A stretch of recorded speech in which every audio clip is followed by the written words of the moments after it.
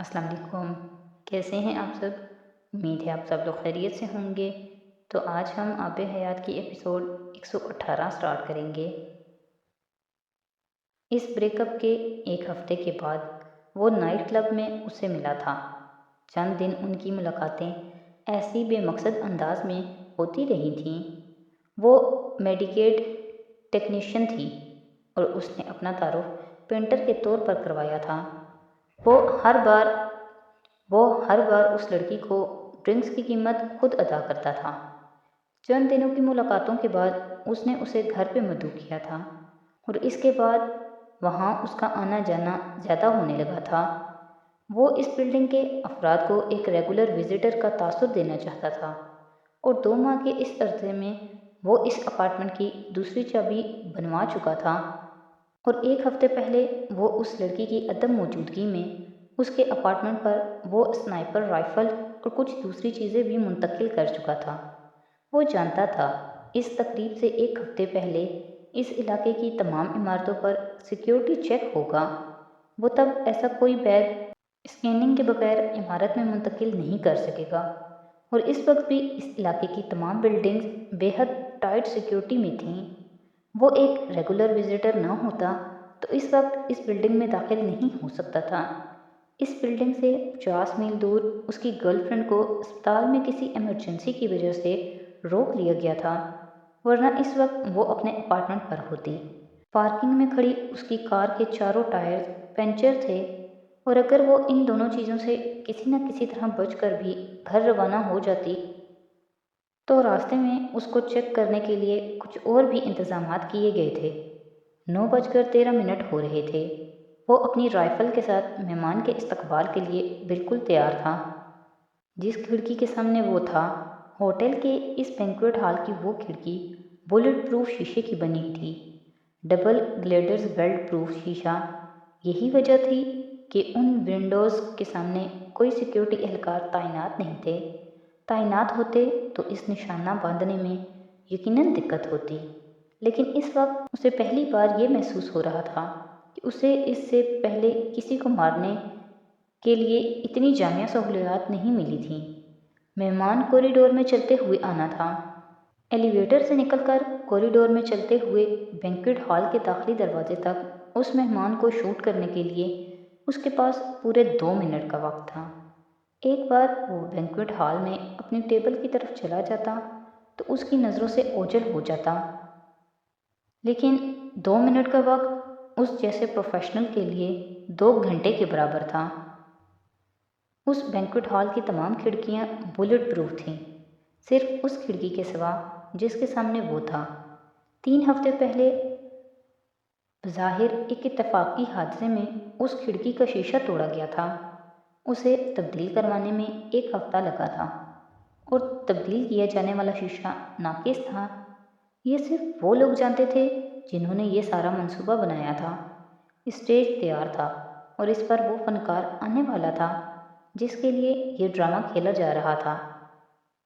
جبرائیل نے ٹیبل کی دوسری طرف بیٹھے ہوئے شخص کو بغور دیکھا۔ وہ اس سے چند سال بڑا لگتا تھا، ایک بے حد مناسب شکل و صورت کا بے حد سنجیدہ نظر آنے والا مرد جو کلین شیوڈ تھا۔ حالانکہ جبرائیل کے ذہن میں اس کا جو خاکہ تھا وہ ایک داڑھی والے آدمی کا تھا۔ ویٹر ان کے سامنے کافی رکھ کر چلا گیا تھا تو احسن صاحب نے گفتگو کا آغاز کیا۔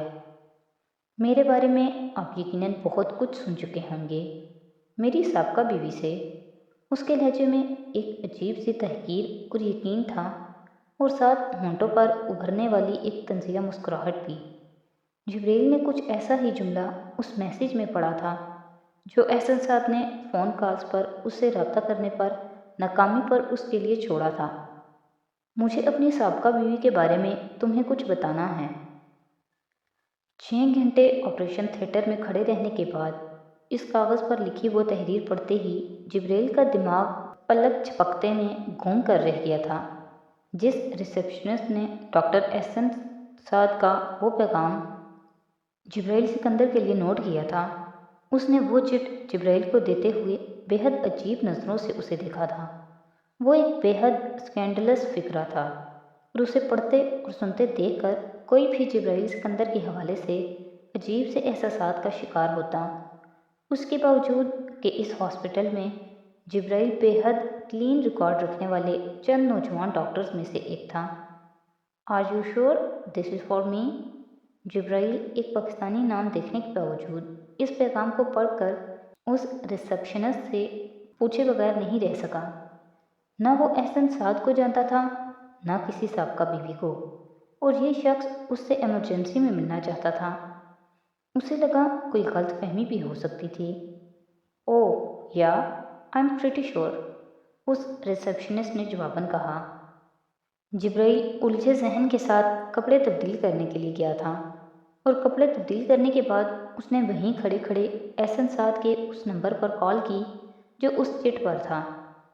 پہلے ہی بیل پر کال ریسیو کر لی گئی تھی، یوں جیسے وہ اسی کے انتظار میں تھا، اور جبرائیل کے کچھ کہنے سے بھی پہلے اس نے جبرائیل کا نام لیا۔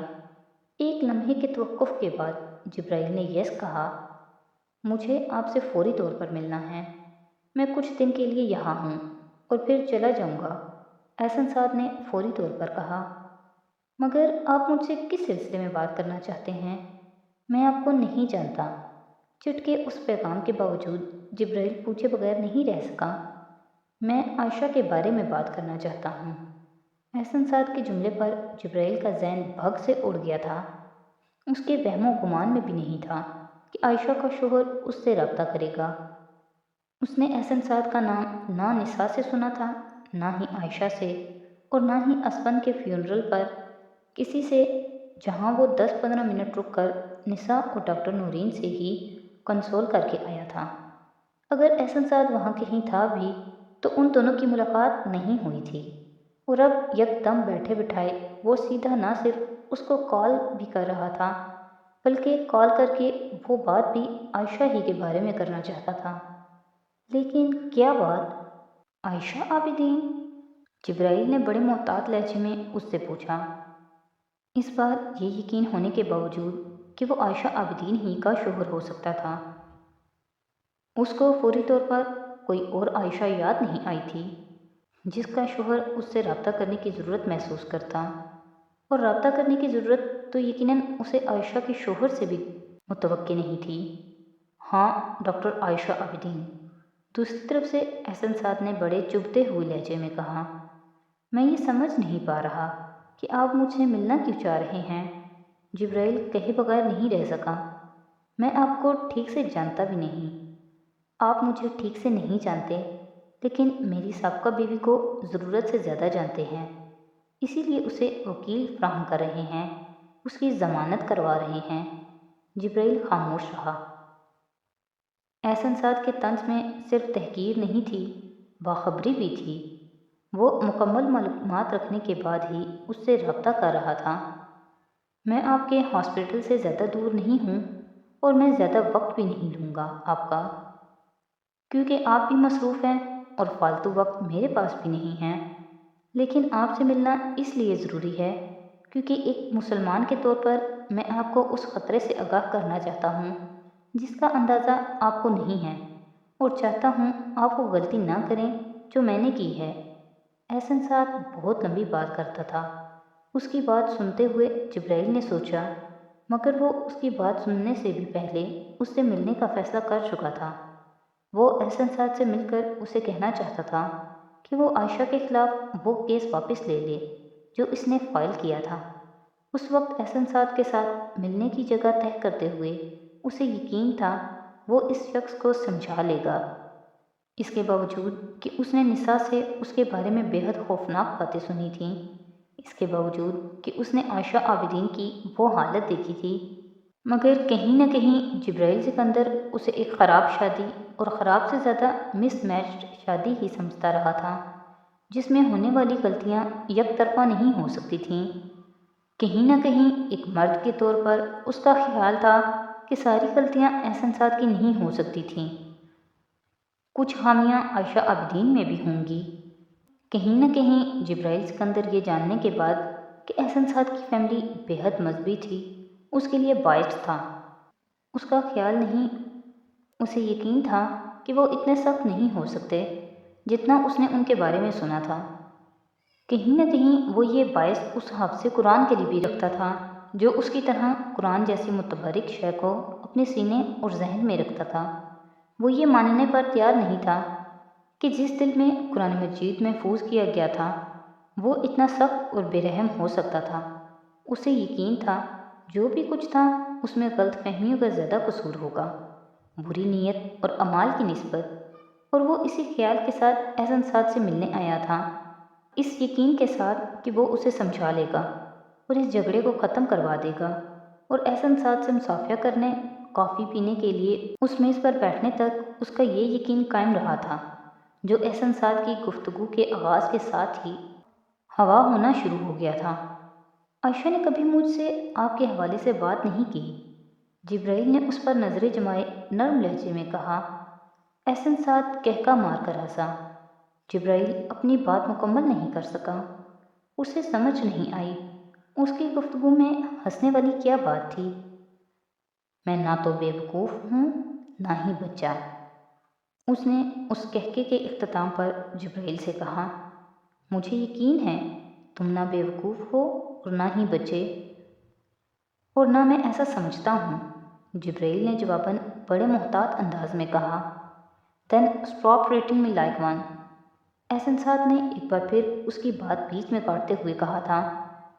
اس کی آواز اب بلند تھی، ماتھے پر بل اور ہونٹ بیچے ہوئے۔ اس نے کافی کے اس کپ کو ہاتھ سے دور دھکیل دیا تھا جس سے کچھ دیر پہلے اس نے ایک سپ لیا تھا۔ کافی چھلک کر میز پر گری تھی۔ اس کے دونوں ہاتھ اب مٹھیوں کی شکل میں پنجے ہوئے میز پر تھے۔ سیکنڈز کے اندر احسن سعد نے کسی کرکٹ کی طرح رنگ بدلا تھا۔ وہ اب شدید غصے میں نظر آ رہا تھا اور جبرائیل کو سمجھ نہیں آئی تھی کہ ان چند جملوں میں جن کا تبادلہ ان کے درمیان ہوا تھا ایسا کیا تھا جو اسے اس طرح غضبناک کرتا۔ تم اس عورت کے گارنٹر بنے ہوئے ہو اور تم مجھ سے کہہ رہے ہو کہ اس نے تم سے میرے بارے میں کبھی کچھ نہیں کہا۔ اس کی آواز اب پہلے سے بھی زیادہ بلند ہوئی تھی۔ آس پاس کے ٹیبلز پر بیٹھے لوگوں نے گردنیں موڑ کر ان کو دیکھا۔